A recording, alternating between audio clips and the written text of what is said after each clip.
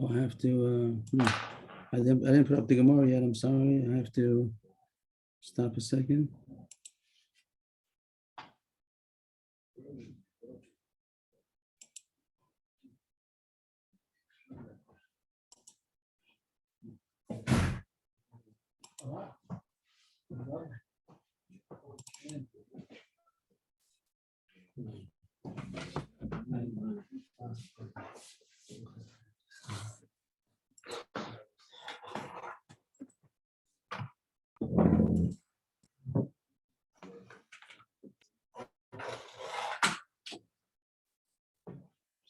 Okay, sorry for the delay. The Gemara wasn't up yet. Okay, we're on top of Kuf Vav. Top line. Tan Rabbanan. No, the screen's Not not on on.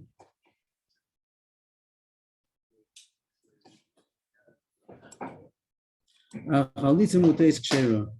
A chalitza that was done with a mistake means that he was tricked into it. The man was tricked into doing chalitza. He didn't want to. I guess he wanted to do yibum, whatever. Or he didn't want to do chalitza, and they tricked him into it, so it's kosher. What would be a case where they tricked him into doing chalitza? Mamash an extreme trick. They told him that if you want to be miyabam, if you want to marry her, this is where to marry her. That let her take off the shoe, and that's going to be the marriage. And he didn't know that he's doing chalitza, and that shek is not the problem. We'll get to the shek, but the question is it a chalitza? So Rabbi Yochanan said that can't be a chalitza. Rabbi Yochanan, Ani Shona, I had a brisa which we quoted already before once upon a time. Pension is kavan hu, v'lon is kavan he. Pension is kavan he, v'lon is kavan hu. Chalitza sapsula. Achi is kavan shneim ke'echad. That is not a good chalitza if one of them does not know what they're doing. If he had kavanah for chalitza but she did not, she took off his shoe for other reasons, it's not chalitza. Or if she had kavanah but he did not, so it's also not a good chalitza. Only both of them have kavanah. So this case that you said that he thinks he's marrying her and he didn't know that he's doing chalitza, so it's not a good chalitza. So Rabbi Yochanan and there's a rice on his side, and it seems that Rabbi Yochanan is right, that there wouldn't be a good chalitza if they told him that this is the way to marry her. So what is the case of chalitza muteis kshera? Ella, kol she'omim lo chalosa menashe titan lach masayim zuz. The case would be that he knows he's doing chalitza, but they tell him that she'll pay you a lot of money for it. She'll pay you money to do chalitza, and then he does it. He knows he's doing chalitza, but he thinks he's getting you money. And then at the end, he doesn't get the money. They fool him. Why did they fool him? Because he wasn't willing to do it without the money. But he was mechuyev to do it. Whatever the case would be, that he's mechuyev to do the chalitza. It was not right of him to hold back. So then they could trick him into doing it by telling him, promising him they'll get a lot of money. And at the end, they don't give him the money. That's called they tricked him into it. And it's kosher. Tani namiyachi chalitza muteis kshera. The Brisa says so. So first we have Machlokes of Yochanan V'Shlokish, but now the Brisa is like a Yochanan chalitza muteis kshera. It's not on still. Still didn't go on. Oh, I'm sorry. I didn't realize that I wasn't plugged in. Sorry, it's me, nobody else. Don't show me this camera. Okay. So even though the sugya is not on top of the page, but now it's now we're up to Chazara, what happened before, and there's a Brisa that says like a Yochanan. Where are we? Tani namiyachi. Top line on the screen. Tani namiyachi chalitza muteis kshera. If they fooled him into doing chalitza as kosher, and what kind of fooling? What kind of trick? Ezei chalitza muteis. What's the case of fooling him, tricking him, where it is going to be a good chalitza? Kol she'omim chalos la menashe titan lach masayim zuz. If they told him she'll do chalitza, let her do chalitza, and she'll give you 200 zuz, which is a fortune of money. And at the end, he does chalitza, and they don't give him the money. They tricked him into it. It's okay. There's such a story that she fell to her brother-in-law, Shein Haganlah. There wasn't appropriate reason. There wasn't fitting that he should marry her, and she didn't want, and she was correct in not wanting. And he wanted to do yibum. And they told him to do chalitza, and you'll get 200 zuz, a lot of money. And they didn't give him the money. They did chalitza, didn't give him the money. They said it's a good chalitza. They tricked him into it. Yes. Good. It's good. It's a good chalitza.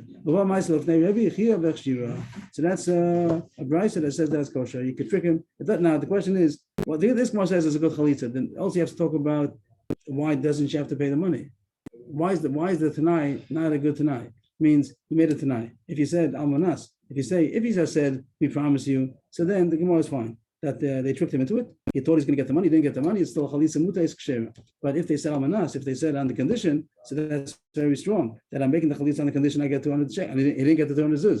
So that Rashi talks about, says it's among subas that says that some conditions, because of the technicality of the condition, has something to do with gufo, something that they can't make a shliach for. So a type of tanai that you can't make a shliach for, like chalitza. So then the tanai is batal anyway. The tanai is batal. I'm just pointing out that there's another aspect besides talking about if a fooled chalitza is good or not, a trick is good. You have to talk about why is it good chalitza if you made a tanai. I'm doing chalitza on the condition, and the condition wasn't fulfilled. So I can want to talk about that. That's a Gemara in Ksubas that says that this case over here, it would be a good chalitza, and she, even though she doesn't pay him the money. By get. By a get, it wouldn't be so. By a get, it wouldn't be so. If he makes a condition, the condition wasn't fulfilled, so it's not a good get. Why the condition doesn't work? I don't understand. So I'm just pointing out the question that the condition should be mechayiv, that if he didn't give the money, she didn't give the money, so it shouldn't be a good chalitza. Rashi points out that the Gemara in the Dam talks, Ksubas talks about it, that it has to be efshel lasnos al yidei shliach. It has to be possible to make, it has to be able to be done through a shliach, and a chol tanai, the lower efshel lasnos al yidei shliach, you go chalitza, ain't tanai mo'oblo.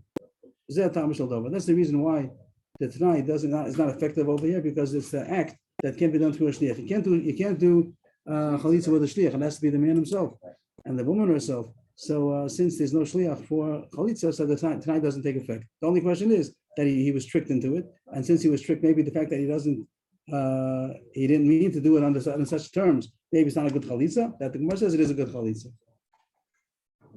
It is a good chalitza, even though it is a good chalitza, even though he was tricked into it. Doing it for, he thought he was under the impression he's going to get 200 zuz for it, whatever, $10,000, and he didn't get the money. I thought, what was the case where he thought he was marrying her? So that was the beginning of the Gemara. The Gemara says that's not good chalitza because he doesn't know he's doing chalitza. He has to at least know he's doing chalitza. That's not good chalitza. But here he knows he's doing chalitza.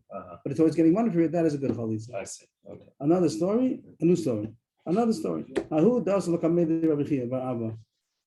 A man came to Rabbi Chia bar Abba to do yibum.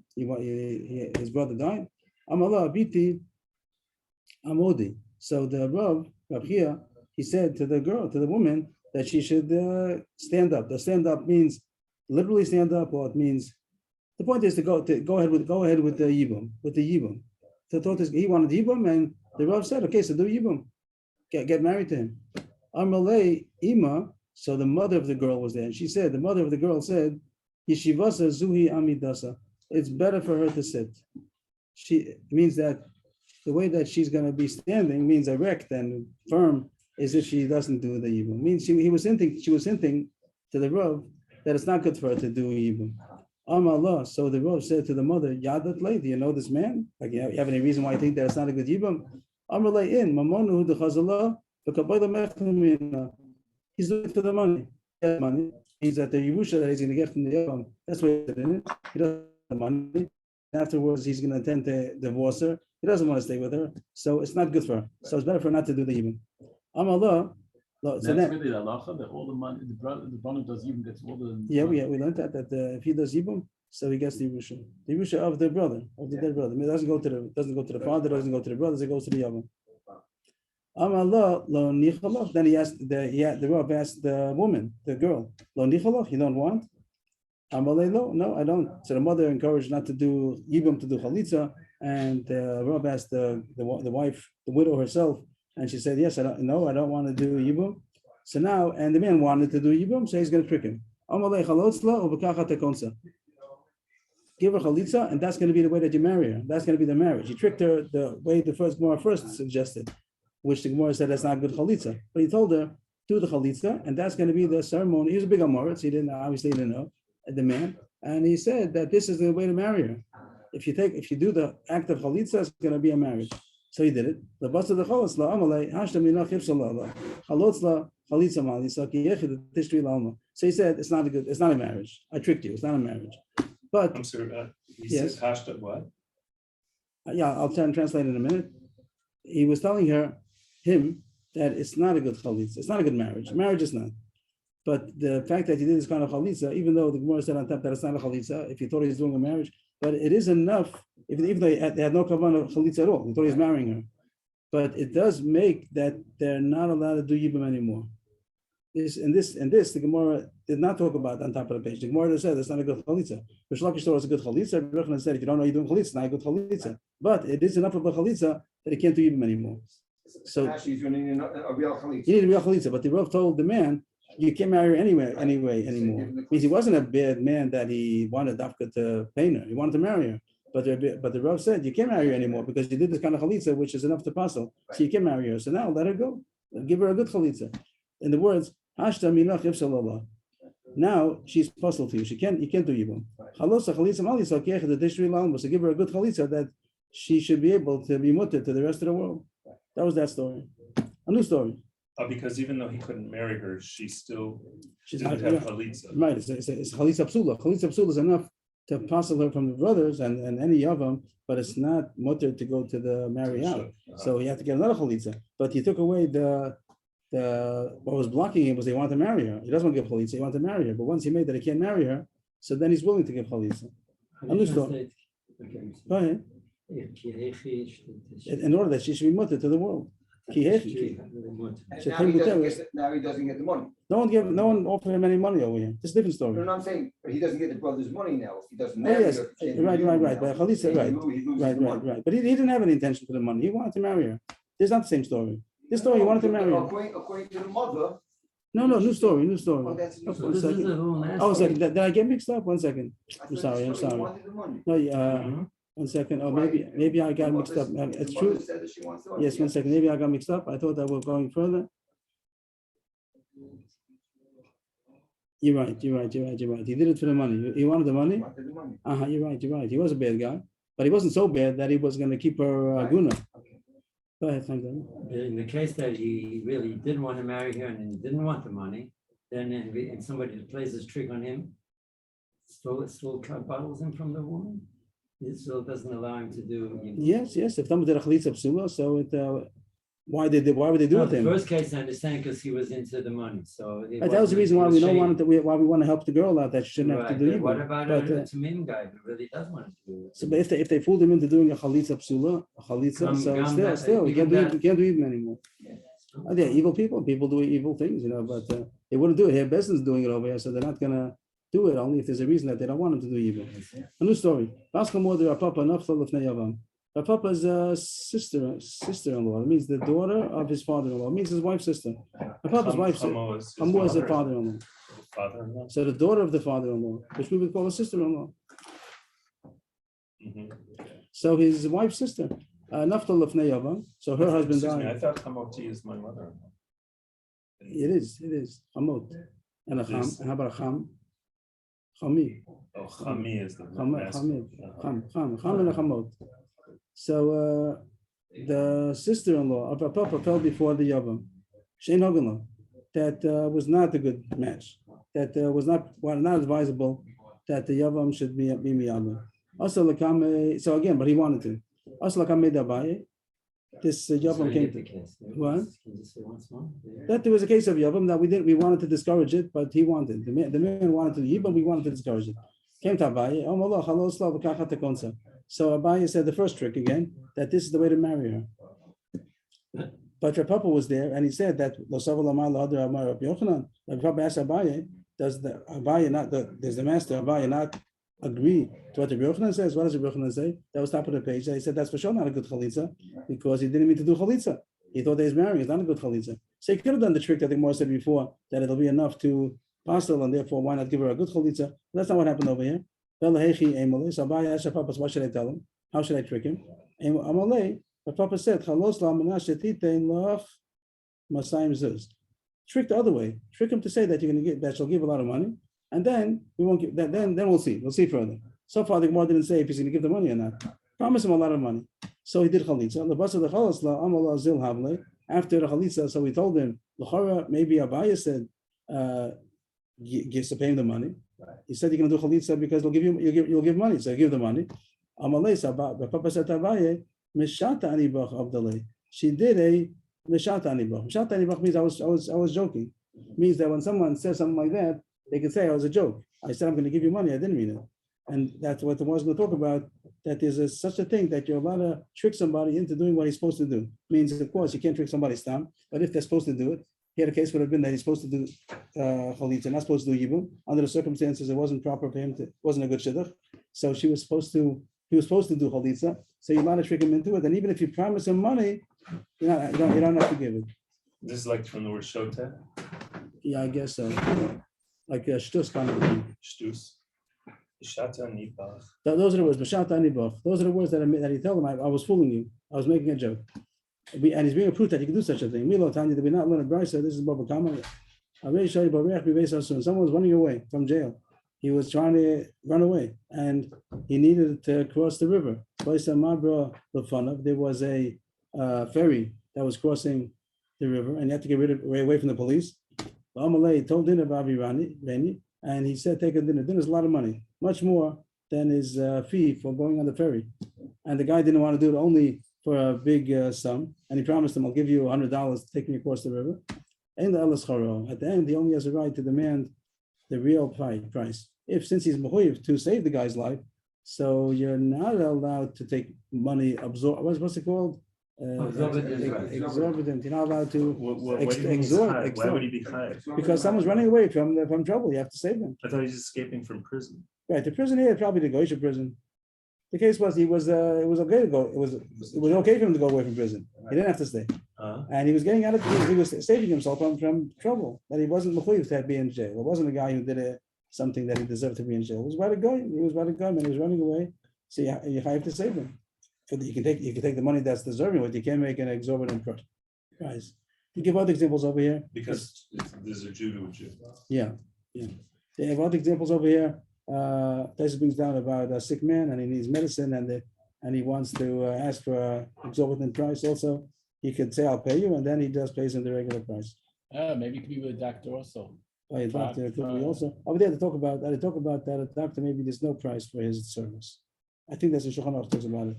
Is a doctor maybe priceless. This would be true, like if somebody says on the highway, and he said, "An Arab is chasing me. Please take me. I'll give you $100." And then in the end, like you could pay him for gas money, but not the $100. Right. How about not the gas money? Whatever it costs. Whatever it costs for a taxi, whatever. Whatever will cost for taxi. I've come to that story before that somebody had to go to the hospital, and the driver, an evil driver, he said, "I'll take you," whatever it was, 200 shekel. Oh, the driver. The If driver says it, said, still doesn't have Driver said, "Yeah." Then they say, "Okay, I'll pay you," and then you didn't have to pay. Only the regular fee, the regular. whatever it costs at that time of the Well, day, for a whatever the tariff is. Yeah. So can you just tell me what this, how do you read this? Gale, Nilo, Tanya, I can't read it. Mishat ani brach. Mishat. You see, it was mishat ani brach. Those three words are in quotations. I was joking. Avdallah means she did to him. She did to him. I was joking. She did to him.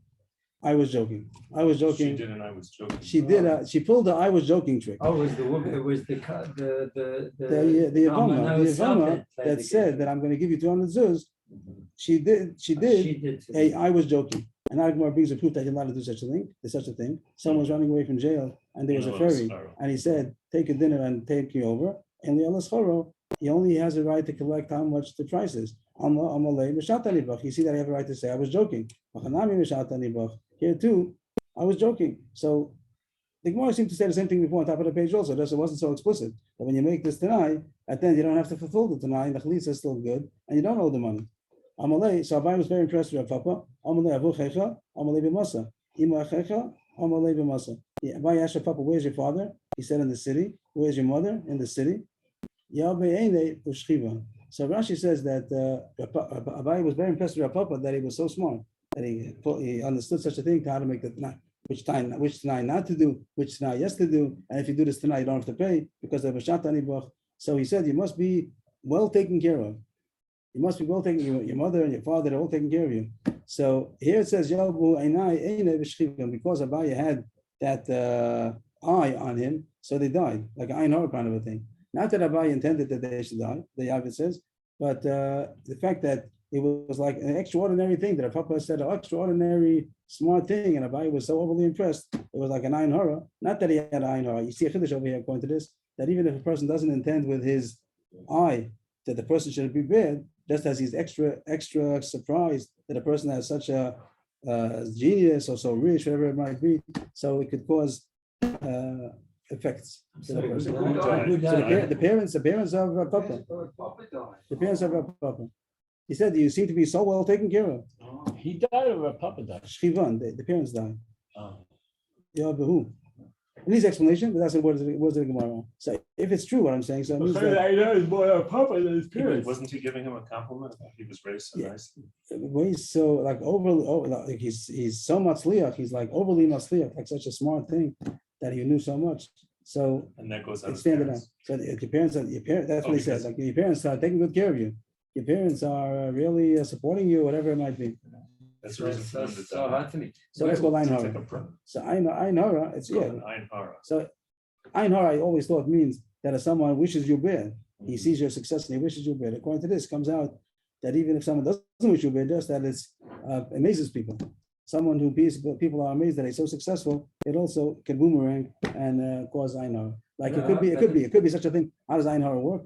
That it brings up like Shema. We're talking about God. Yeah, of the I Lord. don't have an answer. I'm just saying that you see, Yeah, I if it's understand. true, that I know it doesn't work because you wish him bad.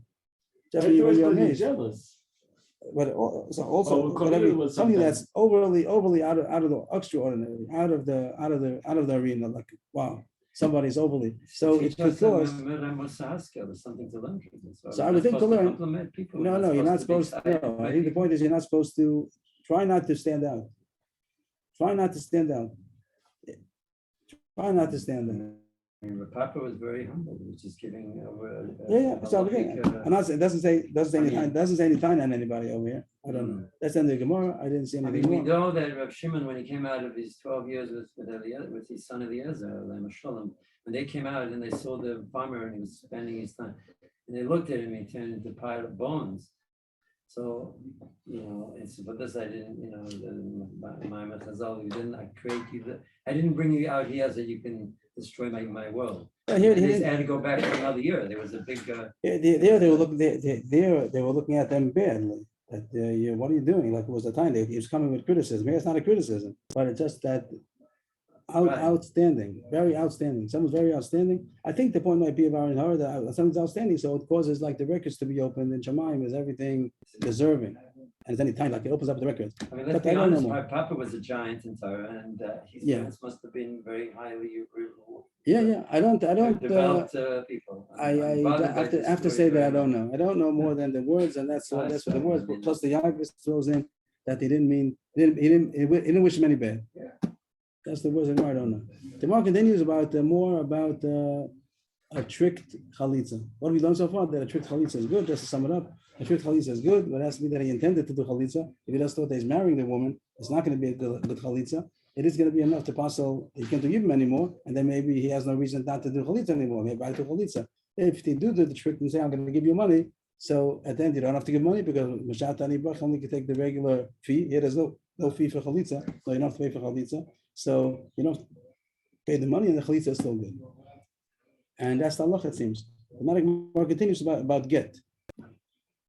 You have Chalitza to mut- pay something, No, even zero, Why because should there is you no pay? there is There's no no- there is no no cost. payment for stuff. no. Chalitza muteis ksher. That's what we just learned. That if you fooled him into doing chalitza, it's kosher. But get muta possible. But if they fooled him into giving a get, then it is possible. I never mean. She's still there. She's still married. Yeah, because we said like, because by getting, you can make a shliach, and by chalitza, you can't make a shliach. That's what we said before. Right? You're saying the reason is because you're saying the explanation is because the Tanai is still binding. So if they say I'm going to give you on the condition that I give you money, if you don't give the money, so it's not a good get. That would be true. But what if you do a different trick? What if you trick them in different ways, not by making a John, condition? by give him again, you'll strengthen them and you make shalmais. That would be no. You don't say on the condition. You're saying in the case when you said on the condition, so then the condition is binding. But if you just said, let's say we promise you $1,000, but you didn't say on the condition. The word is only the whole dish thing the Rashi spoke about. It made a condition, so it's dependent. You don't fulfill the condition, so it doesn't happen. And then Rashi says by chalitza that happens anyway, by get not. But what if you tricked him in another trick? Like you didn't say on the condition. You just said we'll take care of it. It'll be good. We'll make sure you get all the money, and then you don't give the money. But it wasn't on the condition, so I don't know. It means no one tells us. No one explains over here. I mean, the Gemara doesn't explain Why is there a difference between a chalitza and a get? It doesn't say. But chalitza that he was tricked into is a good chalitza, and the get he was tricked to is not a good get. It could be the way you're saying is true, that it's only when it was a condition, and then the condition is binding. If you don't fulfill the condition, then it's not. Okay. The next point talks about muses. Four was a mutes. Mutes means trick, and muses means forced. They forced him. No jokes, no tricks over here. You just forced him. You hit him until he agrees. You force him to do a chalitza. Psula. The Gemara is going to explain everything. This one the Gemara is going to explain. The mutes, the Gemara is going to explain what's the difference between a get and a chalitza. But these two things, the Gemara is going to explain. Here it says chalitza muses psula, get musa kasha. A forced chalitza is pasal, a forced get is kasha. And the Gemara wants to know what's the difference. What's the case? So the Gemara that's said the end of the breast. that's the end of the Brisa, right? Some say that's Rabba talking, Tan Rabbanan, and some say that's not Tan Rabbanan, it's Rabba on the bottom of the page. It says, but either way, whatever it is, that's over. And now the Gemara is analyzing what's the difference between chalitza and get. The Gemara is going to say a famous thing that you force him until he says I want. Means kofanos Hashem rotzani, and for some reason that's considered rotzan. I don't understand it. The famous Rambam. The Rambam says that this is talking about when you want to you're forcing him to do something which is right, that he's really supposed to do it. So then the Rambam says, oh, let's do a little further and convince that why should I jump? Let's go point to the wall. That you can't, if you force a get, it does work. It does work, right? And the Gemara is going to ask, and chalitza not. That's the subject now. Hechidami, what's the case? Idam rotzani, I feel chalitza nami. Vilom rotzani, get nami lo. The Gemara doesn't see the difference between a get and a chalitza. There is no difference. And the Gemara is asking that the only time that it helps when you force him is if he gives in and he says, I want. It means you twist his hand until he says, I want. Which you'd say, what is that worth? Anyway, forcing him. But at the end, he says he wants. So if you force him to say, I want, that's called rotzan. But if you force him and he doesn't, he keeps on saying, I don't want. But he writes the get, he gives the get, but he says, I don't want. That's not good. And the Gemara says no difference between chalitza and get. Both of them, if you forced him and he didn't concede, he didn't say, I want, I give in, I want. So then it's not good, both chalitza and get. And if he did say, I want, you forced him to say, I want, so then it is a good chalitza, it is a good get. This is a famous Rambam that says that when a person is supposed to do something, like the Torah says he's supposed to do, and he doesn't want to do it, really he wants. Deep down, this is what they call the pintel yid. That everybody deep down, he wants to do the right thing. So it's just so you're beating up the Yetzer Hara, and then the pintel yid comes out and shines forth, he really wants. When he says he wants, he really wants. Even though he's being forced into it, but if he says he wants, he really wants. That's how the Rambam explains this Gemara, that you force him until he says I want. And the Gemara is saying there's no difference between chalitza and get.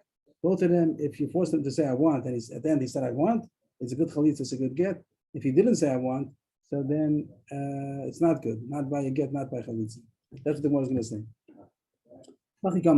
That's what we meant to say. Chalitza mutes la'olam kosher, we get mute la'olam pasal. As far as the mutes, if it's tricked, so chalitza is good even though you tricked him, and get is not good if you tricked him. But chalitza muses, we get muse, zimnin, the kosher is zimnin pasal. Adam rotzani, hadalama rotzani. That the get and the chalitza, they both could be kosher or pasal, depending if you said rotzani. That's what the Brisa means to say. The Brisa means to say that you could have a get musa, which is kosher. You could have a chalitza musa.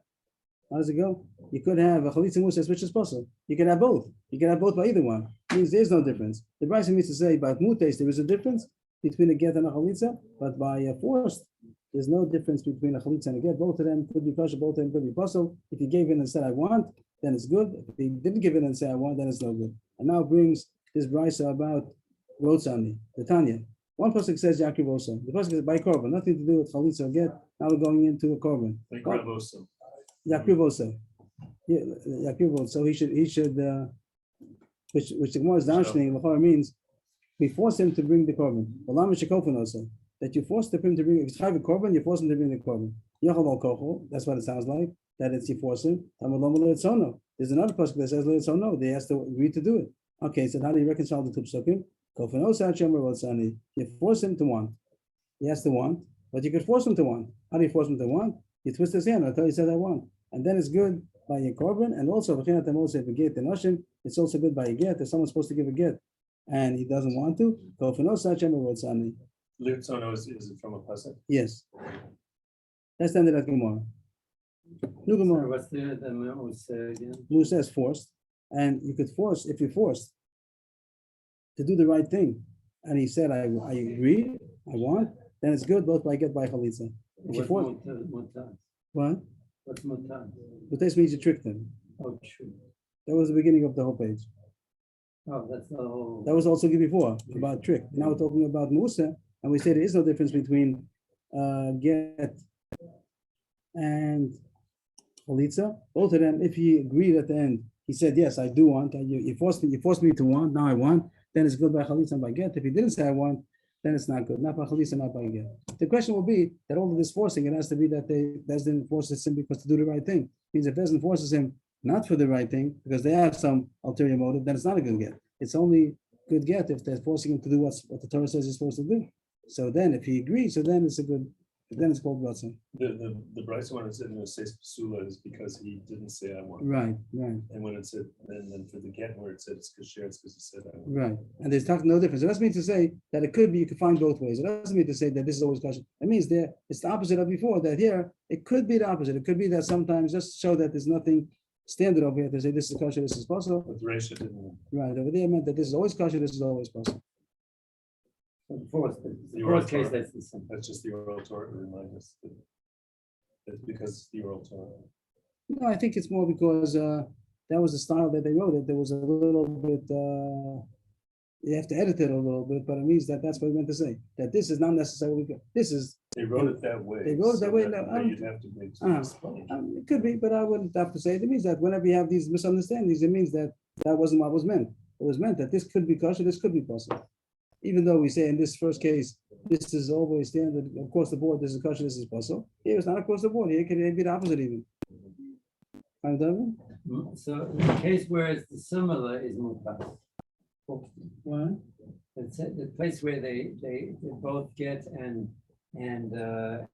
chalitza are equal is when it's forced. Right. If he says I want, Right. and Then it's he- kosher. then it's kosher, both and both. And if he doesn't say I so want, by- then it's not by kosher. trickery, it doesn't work for. They For are- a get, right. You can't fool them into giving a get, you can fool them into giving chalitza. New Gemara. Amrav Schor, new subject. Amrav Schor, Puna. Cholta not fisha and makirin. The man not I'm fisha. sorry, the Chena Ata Motzei. Right, so too do you find by a get. Kofen Osach Emerald. That's part of the Bryce. By Korban and by get. Yeah, there was a Bryce before the Tanya. Yeah, 2 lines. I'm sorry. That by Korban and by get. And we're saying by chalitza also. And now starts a new sugya. Altogether new sugya. But when the people come, the Yavam and the Yevamos, they say that we're brother-in-law, sister-in-law, we had the brother died, then after Yibam and Chalitza, whatever, they have to, there's a person have to recognize them, to know who they are, that they are, to identify them, that this is true, or they don't know. They just do the Chalitza. If it's true, what you're saying that you're the brother-in-law, so go ahead. That they have to know. This happens the same thing also by a wedding. When a person does Masada Kedushin, does he have to know who the people are? You could make a lot of trouble if some of these people are going to fool and make a marriage that really doesn't exist. They'll say I'm a Ploni, and she says I'm Ploni, so we got married. You can make a lot of problems like that. So you have to know who the people are. So here it says the question is going to be over here. There are 2 stages of the chalitza. One is the actual chalitza process, and then they give her a document that there's proof that they got chalitza. There's no such didn't really have a document. It's just proof that if she wants to get married, she should be able to go and say that I have chalitza. Here's a document. So upon who is the responsibility to verify their identification, to know who they are? Is it the person who does the chalitza, the person that does the chalitza, or is it the ones who write the document? You could say, just for an example, It's not the same. it could be the same. It could be the same, but let's say it's 2 different ones. So then, who has the obligation? You can say Masada Kedushin, that they asked him to be Masada Kedushin, and then he doesn't know who the people are. Who's who? I don't know who they are. Maybe their mom's there. I don't know anything. I'll do the Masada Kedushin and then find out from the Rabbanut who's who, and they'll give the document to know that you're married. So is it the Rabbanut's tafkid? Is it their job? Was it the job of the Masada Kedushin? You have to know whose tick is it. When you want to make a marriage, you want to make a chalitza, who has to verify the identification is true. So here it says, Rav Huna said, that the actual chalitza could be done even though you don't know who they are. They come, they say, we're brother-in-law, sister-in-law, and we'll do chalitza. So they could do this, they could officiate at the chalitza, and also mian. If the woman comes and says that Bezdin. The Bezdin, I'm sorry. Bezdin. And by mian, you could do mian again, even if they don't know who they are. She comes and says, this is my husband, and I'm 11 years old, whatever, and I want out, then she goes out. And they have a Bezdin to say, but they don't know who she is. They don't know him, they don't know her, they don't know. It could be. But since they do that without any verification, and they're authorized to do it without any verification. So don't give him a document until he verified. The fikach ain't cost from get chalitza, elam ken makirin, ain't cost from get mir, elam ken makirin. But you can't give them a document if there's going to be somebody, not the same bezdin, somebody else, or they themselves who want to give her a document. You can't give a document until it's verified because the bezdin didn't verify. Even though you might have seen the bezdin doing the seder chalitza, that doesn't mean that they know what they're doing. They don't know who she is. The chashina, the bezdin tone. It could be that the bezdin made a mistake because they're not going to verify. So before you give them any document, you have to verify. The ones who give the document, they have to verify that the facts were true. So up until now, what good is it if they don't know that? Is it? They did a chalitza. They're the ones who did the chalitza. The bezdin did the chalitza. They They did the chalitza. They did the mir, and it happened. If it's true, it took effect. But you have to verify that it's true that this is their sister-in-law. This woman wants chalitza, and her brother-in-law doesn't want to give. So she'll do it. She has a she goes a friend or she a brother and says, "Come to the bezdin and say you are brother-in-law. We'll do chalitza. I'll get a document. I'll get married." And So- now she's married, and then they No. Now she needs a document. She needs proof. She needs proof. What, that She needs she's proof that divorced, she that got she's- chalitza. that she got chalitza. So the bezdin that did officiated at the chalitza, they didn't ask any questions. She came into the bezdin. This is my brother-in-law. They Why said, does she "Shalom need aleichem," proof? because she wants to get married. And whoever is going to marry her is going to say, "I want to make sure that you." Yeah. You were married. Your husband died. Where's the chalitza? I see. Okay. So she has to have a document. So the She bezdin can't who just go to officiated, another town and give if she it. does, so then she fooled us. And if people don't know, people don't ask. Usually people ask, "Who are you? Where'd you come from?" Ask the Rav, were you married? This kind of stuff. Where's the- okay. So here, the bezdin that officiates at the chalitza doesn't have to verify. So we don't give her a document until the documentation office is gonna verify. Mhm. How can they? They find out. They find out who is this. This says here, Ruvain ben Shimon. Who's Ruvain ben Shimon? This is the Rava. The day Amar. That was Rava in the name. Who's that? That was Rava in the name of Schora or Rav Huna. But so he quoted Rav Schora in the name of Rav Huna, but he himself argues. But Rava the day Amar, Rava himself argues and says no. Ain't cholz and elam ken makirin. The ain't man and elam ken makirin. That the bezdin, officiating bezdin that does the chalitza or the mir, they have to know who's who. They shouldn't do it. They shouldn't do it unless they first verify. And therefore, if somebody saw the chalitza process being done, they could write a document that we saw the chalitza process being done. The fikach goes and get chalitza, aprisha ein makirin. The goes and get mir, aprisha ein makirin. Although chashin the bezdin tone, you're not kosher the bezdin made a mistake because that's their responsibility to find out who's who. So if they did a chalitza, you could assume that they did their job, they did their responsibility. So the question is only how we're going to orchestrate whose responsibility it is. If it's I'm sorry that if he says that they have to know who they are, then why does it say they write a get? who writes the get, not the same bezdin, somebody else, another bezdin, you have it, call it the bezdin, and then there's the area, Okay. something like that. That area is the one who gives the document, let's say.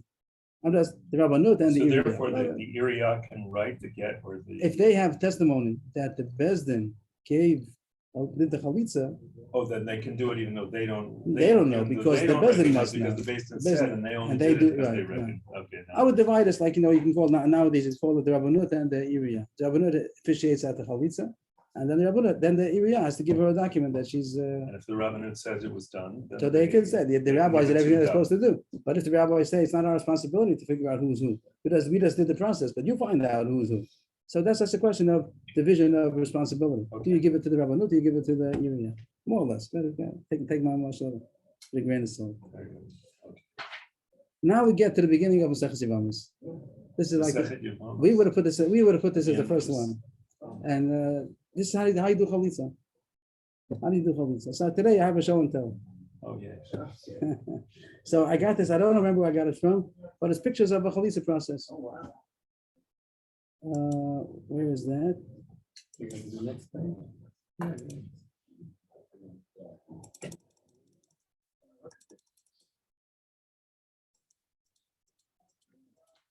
Okay.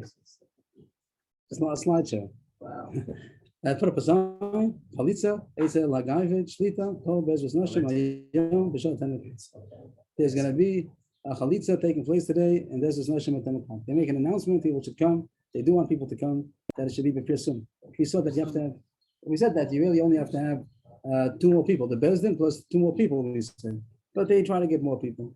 So they make an announcement, that they say Chalitza is going to be in the Shloshim at 10 o'clock. He said, Rabbanim, this is the best thing. Someone told me that this is Rabbik in America. I don't know. I don't know what the pictures are. Someone told me that this is Rabbik. That's the big, yeah. Rabbik. But which Rabbik is that? This is the What's the name of Rosh Big's How much father? big spot?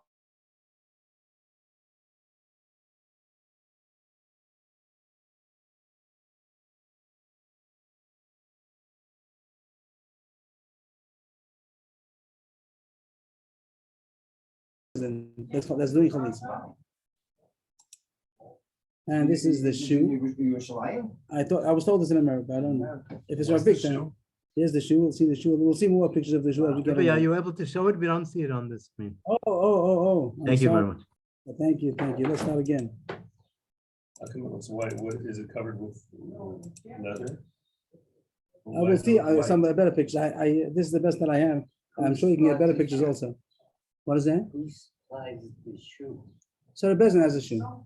Because really all you need is a leather shoe. But we have a lot of minhagim to make sure that it's first of all sandal. He's a sandal. We'll see what the sandal looks like. Nowadays no one would wear this kind of sandal. But that was an old-time sandal with the straps like you see in the Roman. So this was an announcement that's going to be chalitza today, and there's a session 10 o'clock. This is the Bezdin. Anybody recognizes the Rabbanim? I don't know. And 3, Bezdin of 3. He seems to be checking the sandal. Purchase of the shoe. Here it is. Maybe you have a better picture over here. You can see a little bit more. You wouldn't get this in a shoe store anymore. I don't know what I'm saying. Okay, maybe we'll see a little bit more. They're checking the shoe. It's like a Persian shoe. You see, it has all. It's like opens up and has all these straps. We're gonna see, and it's you see how it's stitched over here, probably with leather straps only, probably. And they're checking the shoe. This is the woman who's gonna be doing the chalitza. And the guy's gonna put the shoe on himself, right? So really, you should, but let's see. Rabbanim are gonna put it on. I They're don't gonna know. put I it don't on know. to why. make sure they tie it right. Could be because he doesn't know how to tie such a shoe. He didn't get no experience. But really, there's no such halacha problem. Then the Rabbanim, they're getting ready, whatever that is. And here he's checking this foot. There shouldn't be a chatzitza probably. The Rav is checking the man's foot. Well, he can't wear a sock? No, it has to be a ma'al raglo. It shouldn't be a chatzitza. That we have. It shouldn't be me'al de me'al. Only me'al raglo. Can't be a sock. So, and also maybe it shouldn't be any chatzitza. And then he's putting on the shoe. The Rav is putting the sandal on to him. I see. One time, And then tying it around and around. around his ankle. Over is that going to be on the whole calf also, right? We said this is called The calf me'al, too. Yeah, not yeah. me'al de me'al. Is it visible? And the woman says, if they tell her what to say, she says, Me'ein yevami l'hakim shem l'achiv b'Yisrael lo avo yadmi. She comes to the Rabbanim and she says that my brother-in-law does not want to marry me. Me'ein. He refuses. Oh, My- he refused. He not her. refuses to marry me. He refuses to marry her. I have a problem with that, Rav. What? I have a problem with that. What's the Because Because the halacha makubal is there, or the minhag makubal is that you don't do yibum, you do chalitza, so maybe he wants to marry.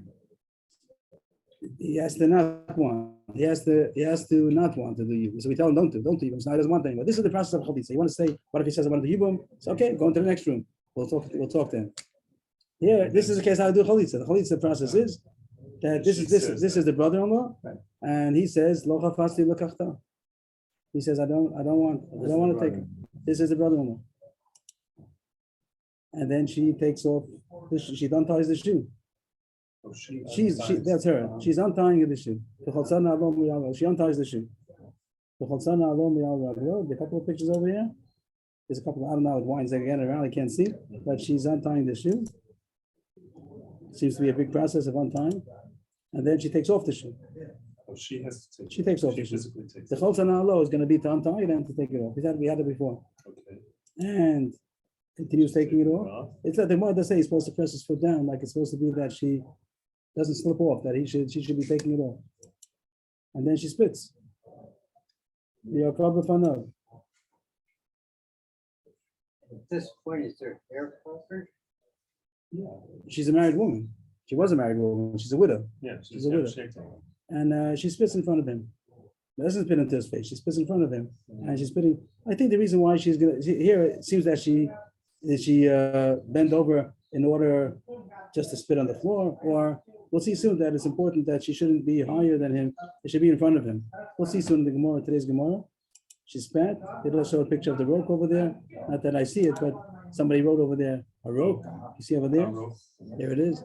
And then it has to be near like Dayan. The Gemara is going to say at the end of the parak, we'll see today, that has to be significant enough to see it.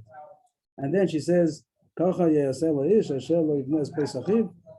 the question will be, that's the section. She has to say two times, two things. She starts at the beginning, and then at the end also she says it again, and that's the evil. No, what page did they just? Not our page. But the next, no, the next one is our Gemara for Pirkei Avos that I did. Oh, Pirkei Avos. This is today's Tuesday class. That's I went too far. There's one more picture that I don't have with me that everyone's supposed to say based on Chalutzano. The assembled are supposed to say Chalutzano. We'll see today end of the parak. Chalutzano, the house of the one whose shoe was taken off. Like they declare, he's the one whose shoe was taken off, which means like they're degrading him. The whole thing is a degrading thing that he doesn't want to take care of his brother. And she take off the shoe. Just means the shoe was taken off. Chalutz Hano means he's the man. The man is Chalutz Hano. The man was the shoe. The shoe. There's no man. The man is the Yavam. What do you mean? The brother. The one who did you. Chalutz means what? The man. Chalutz is the person who was Nachlatz. Chalutz Hano means the one who. It doesn't say the man. It says Ish Chalutz Hano. That's what it means. The one who was the shoe, the sandal. The sandal. They say Chalutz Hano. And I'm just saying, what do the words mean? The sandal. Desandled. The desandled one. The desandled one. The desandled one. Okay. So that's the process. Nice. Now we go to the Gemara. Being embarrassed. No, really, you should be embarrassed because you should do Yibum. But nowadays, be embarrassed when Hazal say don't do you. that's the issue. Because you won't have the kavanah. So I'm Okay, sorry. nowadays it's a different issue. How come nowadays we don't do He's Yibum? not But the case of the Pasuk is talking about that he should be doing Yibum and he's not being loyal to his brother. This brother might have a wife. Yes. So what? He's supposed to take two wives. So he should, then according to Rebbeinu, he couldn't marry her. So the question is, did Rabbeinu Gershon mean to say even in the case of Yibum? Could be not. He didn't mean it in that case. Override the rights. Yeah, but Din is Bachos and Din. In America, he couldn't marry his wife. That's bigamy. Those technical problems. But in the Torah, when it talks about doing Yibum, so the proper thing to do is Yibum, and if not, so then to do Chalitza, and he's degraded for not wanting to take care of his brother. So they take off his shoe, she takes it, and she spits at him, to a person who doesn't take care of his brother, and everyone says, the sandaled one, the shoed one, the one whose shoe is taken off. There must be something very, what does a shoe mean? Doesn't mean a person has no shoe. If you want to find out the Zohar, it's in Kukas, speaks Pasha. The Zohar on what? Zohar in Pasha Kukat. About what? About comments, it explains the whole. Why should it be in Chukas? No, but it is from about Vav to about Zan. Just look at it and see it there. Is it not in this week's Pasha? No, Chalitza is in Kisesim. Towards the end of the volume. Okay, here goes the Mishnah. Mishnah's Chalitza. This is the way you do Chalitza. How do you do Chalitza? We would have put this in the beginning. Besides all of the complicated cases, the simple. Well, first, we have to know who was shy. An example, very prime example of why they use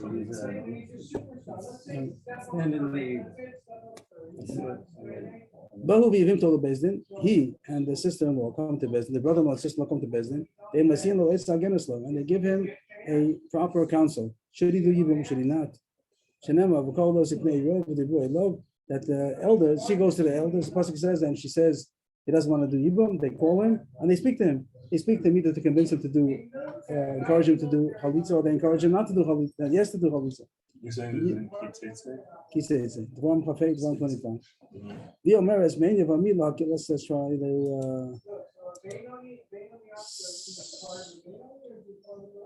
This is the person. Oh, sorry. No, too much. Everything's jumping. Let's try again.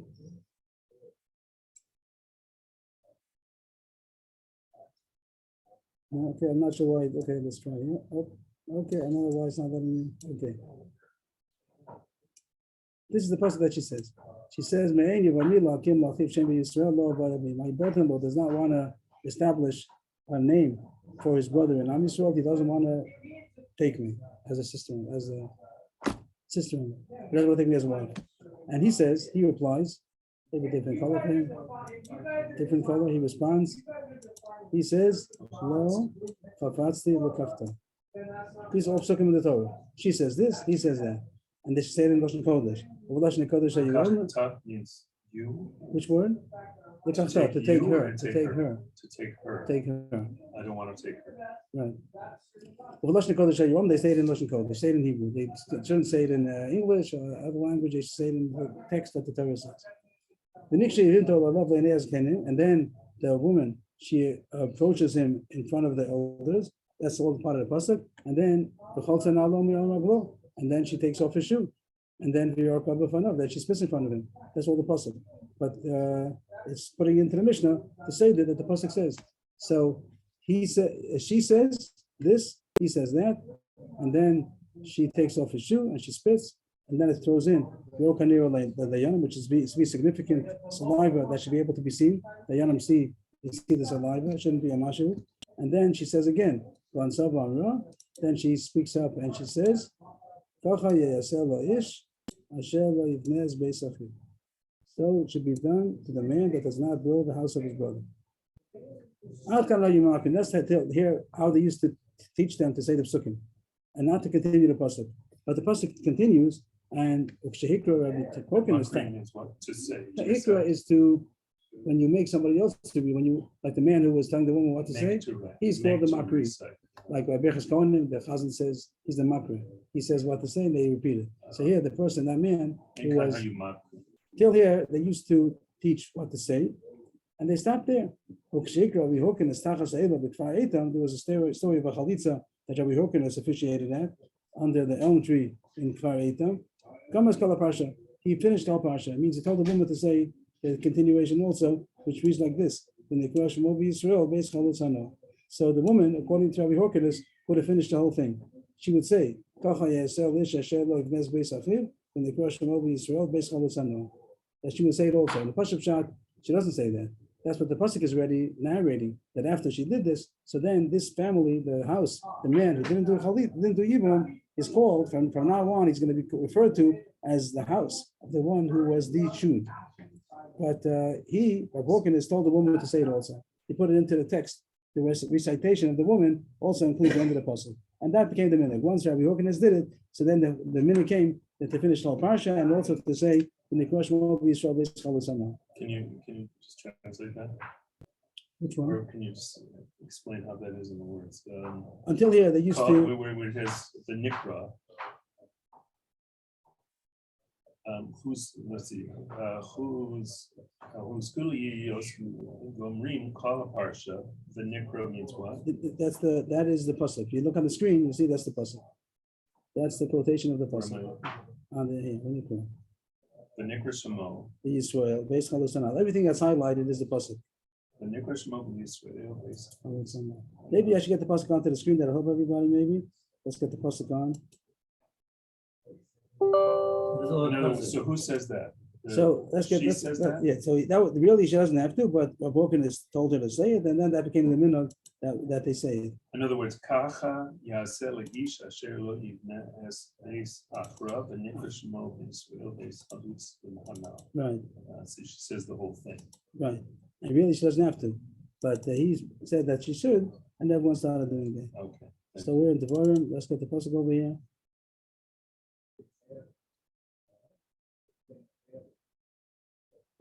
25. Where am I? Parak 25. This is what I got it wrong. I got my midbar. I meant to get the volume. I knocked on the wrong thing. The volume 25. Is this showing? 1 second. I have to make sure that it's showing over here. 1 second. Okay, back on again. Volume 25. Here's the parsha called Ibum. Ki yeshvachim Yaakov. That's it. This is Ibum.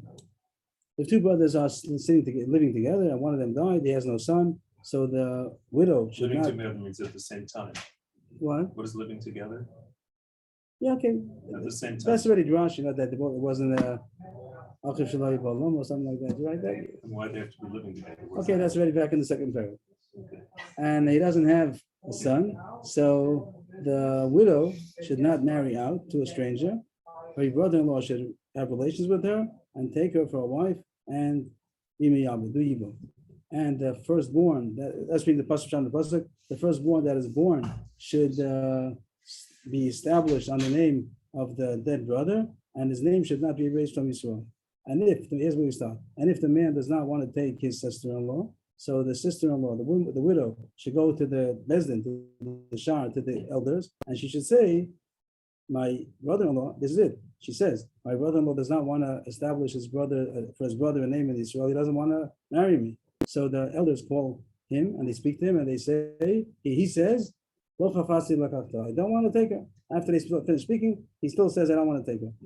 And sometimes they'll even encourage him to do chalitza. He says, I don't want to take her.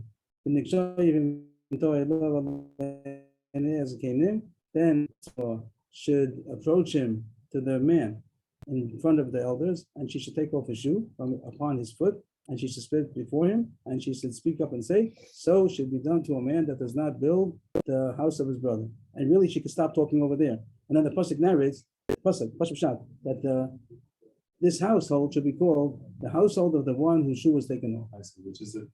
Which is the narration of the pasuk, a new pasuk, and the quotation is off. But Rabbi Hawkins, when he told her to say these words, he told her, don't stop, keep on going. As if the woman says that also. That the woman is saying that so should be called his house. And that became the minhag, that they say that also.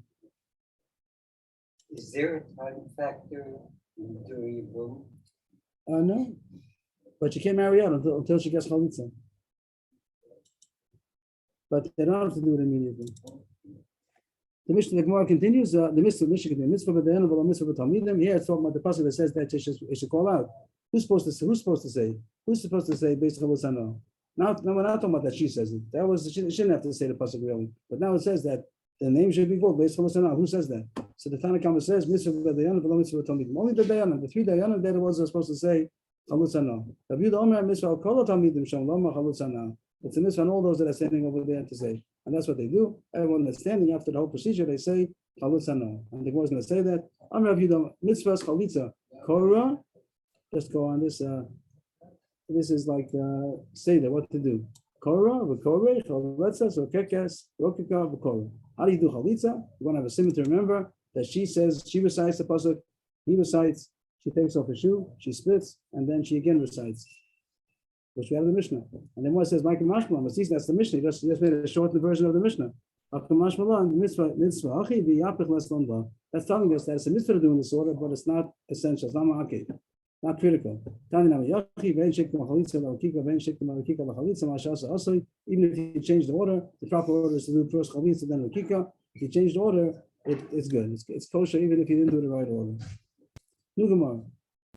The Gemara is going to talk about that is there a word in English when you tell somebody what to say? The person who's being makri. Is there a word in English to say that? One? The prompter. Okay, the prompter. So you do it a word at a time, like Reches Kohanim, what's the purpose of it? Just that they should not make a mistake. You would think you could do a couple of words at a time, maybe. But they don't, they do one word at a time. So here it talks about when you're being makri, them to say the psukim.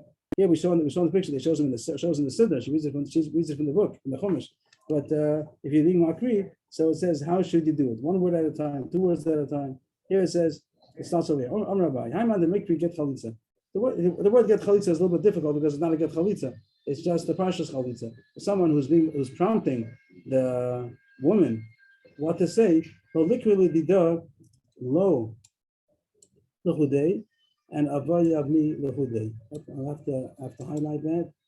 Let's get a highlighting. There's a word low, just on the screen. There's a low Avo Yavmi. That's what he wants to tell her to do. Low Avo Yavmi. That's what she's supposed to say.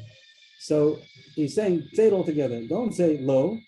He'll say to the woman, low, and then she says low. And then he says Avo Yavmi, and she says Avo Yavmi. Don't do that. That doesn't sound good because it sounds like Avo Yavmi. He wants to marry me. So do it all together. Low liquidity there. He shouldn't prompt her to say low separately. Low liquidity. So low separately. Low is in quotations. And Avo Yavmi separately. The mashma Avo Yavmi, because it sounds like she's saying he does want to marry me. That's not what you're supposed to say. Say all together. Lo Avo Yavmi. Teach her prompt her 3 words at a time. That's as far as her. And then it talks about by the man. He's supposed to say lo chafatzti lekachta. So the same thing. Don't say first lo and then chafatzti separately, because it sounds like chafatzti lekachta. You shouldn't say lo separately and chafatzti separately. The mashma chafatzti lekachta. Ella, you should say lo chafatzti lekachta. Say it through all 3 words together. That it shouldn't be split up in a way that it might have be misunderstood. No problem. That it's understood that you have to read on. You can't just leave one word hanging by itself. So read on the whole thing.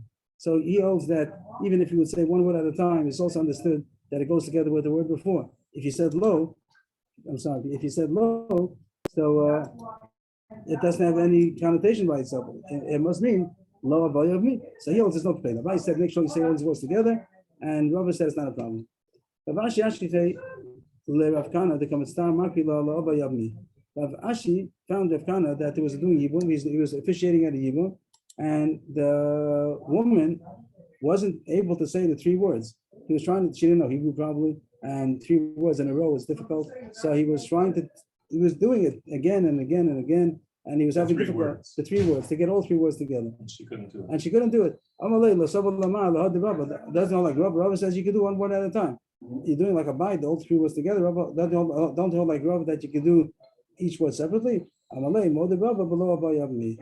mode, that you should do it together. So it's not clear in the Gemara what's the difference. Rashi says that lo avo yavmi is more dangerous than lo chafatzti lekachta. That's Rashi's pshat, and the reason is because the word lo might be connected to the sentence before. That word lo might have been connected to the previous words that she said. But lo chafatzti lekachta, there are no words before. He didn't say anything before. So lo chafatzti lekachta, that's what Rabbi said. Rabbi only meant in the second pasuk. Lo chafatzti lekachta. Over there, he meant that you don't have to say all the words together. But in the first pasuk, lo avayami, that she says over there, Rabbi's mode that you have to say it all together because the lo might be connected to the words you said before. Lo. And you might have said like that, and then you avoid me. But with the whole sentence is only lo chafatzti lekachta, there's no room for mistake. The Gemara continues. I'm on the cost of Gita de Chalitza. So this is the document that she gets that she had a proper Chalitza. So they write in the document not just that she got a Chalitza, because as we know in the beginning of the parak that even idiotos could also make a Chalitza. So we have a document, we want to know that they knew what they're doing. So in the document, they write the whole procedure, everything that they did, and they say that we did it correctly. And they have to say what they did. So there's a problem that you're writing psukim, and the luck is when you write psukim, you're supposed to do siyatut. Like by a Megillah, by Sefer Torah, that there's lines. We don't have like lines we have in paper that we have printed lines, but we have indentation that you make with the wall in order to write on a straight line. So when you write psukim of a Torah, 3 words in a row of a Torah, you're supposed to make siyatut. So that was the question when they make this get chalitza, this document, and they're going to say in the star that we told her to say, this and this and this, and she said it, and we told him to say this, and they go through the whole procedure in this contract. So if you're going to write the whole pasuk out, you're going to have to do it. So that's what happened over here. Get just means a writing. Right, it is a document. A writ of Right, the document of chalitza. Right. Nothing to do with the get. So here, what does it start over here? I'm Rabbi. I'm on the cost of Gita de Chalitza. Somebody's writing a document of Chalitza. He should write the following.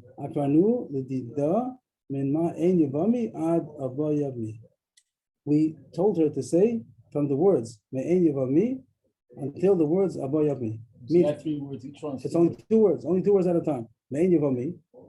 You skip lakim, lachim, shevi, Yisrael, lo, and then abo yevami. You only write 2 words, the begin 2 words at the end, and you make etc. Like you do 2 words, etc. until again the last 2 words. So you didn't write 3 words in a row. Also about the man, min lo ad lekachta. It's only 3 words. Lo chafasi lekachta. But you don't write lo chafasi lekachta because there's going to be 3 words. You have to do certain. So write lo until lekachta. And also again the second time that she has to recite. So we start from kacha until chalosana. You didn't write 3 words in a row. So Abai says, who says this? Abai. When you write it shar chalitza, don't write 3 words in a row because then you have to do certain. And you have to do a what? Certain means to make the underlines. Mar Zutra, Masate, because of the Parsha, but Mar Zutra would do certain, then he'd write the whole thing. The whole problem is not to do certain, so he did certain.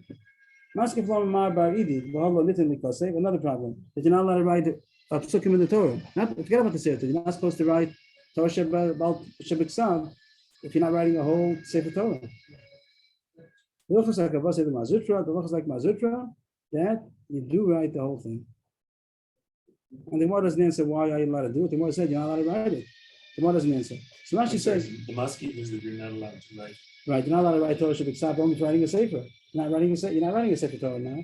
So you're just writing psukim.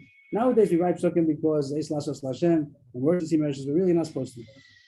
According to the letter of the law, you're not supposed to write psukim only for writing a whole parsha, a whole sefer.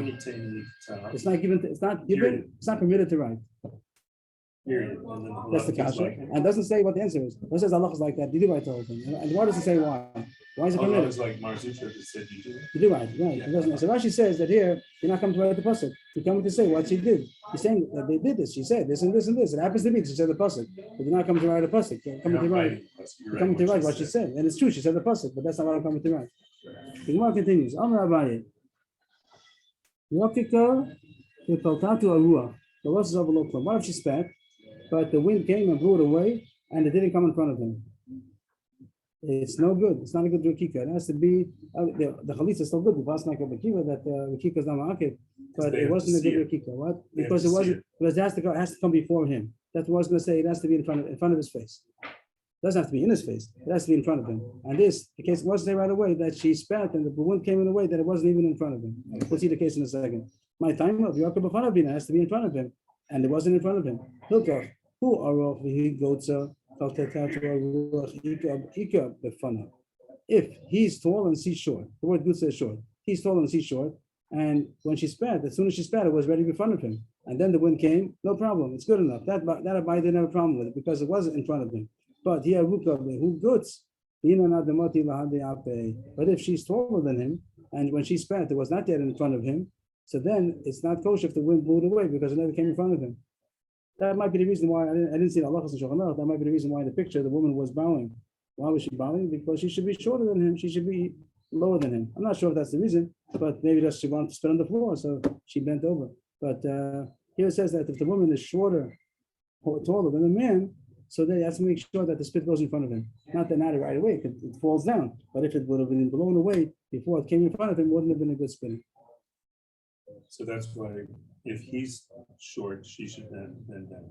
If she's short, it doesn't say that. If he's short, it's not a good. It's not a good. It doesn't say that. I just mentioned that myself. It doesn't say that. It says it's not a good chalitza, not a good rikika until it comes there. It means it'll take a split second until it falls down.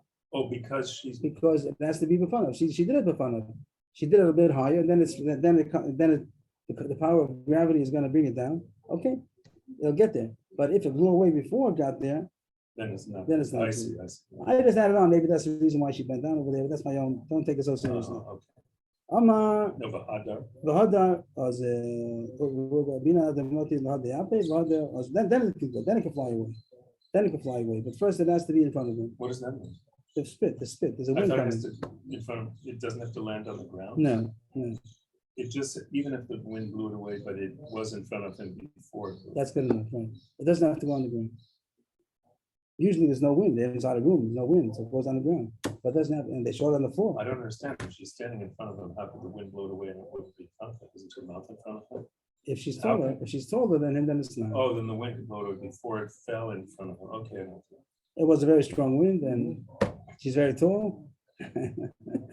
Amar Rava, Achla Tuma v'Roksa, Achla Gagishta v'Roksa lo asa v'lo klum. If she ate garlic and then she spat, that's not good. Or if she ate some earth and then she spat, it's not good. My time up. The spit has to be a voluntary spit. If someone's eating garlic and they're spitting because of the garlic, that's not a voluntary spit. Or earth, it causes her to spit. That's not a voluntary spit. It has to be that she spits voluntarily. What is the hundred? Then it flies away.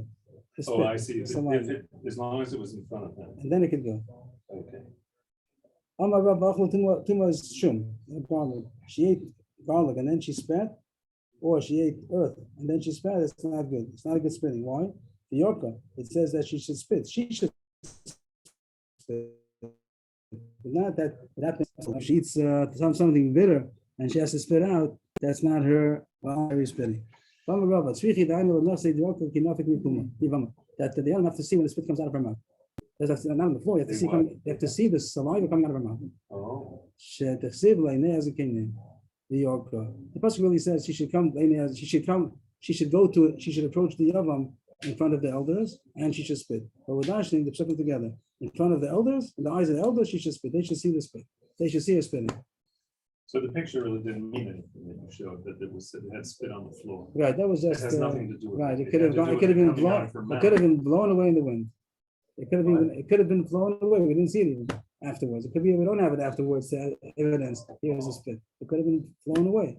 Once it's falling in front of him, That's and good. they see it. Right. They see it coming out of her mouth. And it goes in front of him, Right, and that's that can it, blow that's away, it. it doesn't. Right. Other. Then it could go. The Nikish Rabbi Yisrael Beis Cholos Hanel. Mentioned the Dayanim below the Talmidim. Who's supposed to say that? So the Tanakhama says the Dayanim and not the Talmidim. And then if it continued, that the Rebbe said everyone should say it. Everyone who's there should say it. Tanya Rabbi Pamachas Hayu Yesh Mufnei B'Tafren. V'Vasi Yivam Malachos Vam Malanu Vanu Kulchem Chalutz Hanol Chalutz Hanol Chalutz Hanol. One time we were sitting in front of Rabbi Tafren, and the Yivam came to do Chalitza, and after the process, he said, Rabbi Tafren said, everybody say Chalutz Hanol Chalutz Hanol Chalutz Hanol. The D shoot one. The D shoot one, the D shoot one. So Everyone does should say that, when it says everybody, when it says Talmudim, do there have to be Talmudim there, or can it just be the 5 people? Right, Three probably based in? just the 5 people. And if there are more people, it seems that there is, Shulchan is probably going to say there is a mitzvah to do the saying, get people to come. Whoever's there. Like you said, whoever's there says it. Yes, I'm sorry, we're overtime for those that come in for the next class. I'm sorry that we're overtime these days. So we'll be back in 2 minutes. I don't know.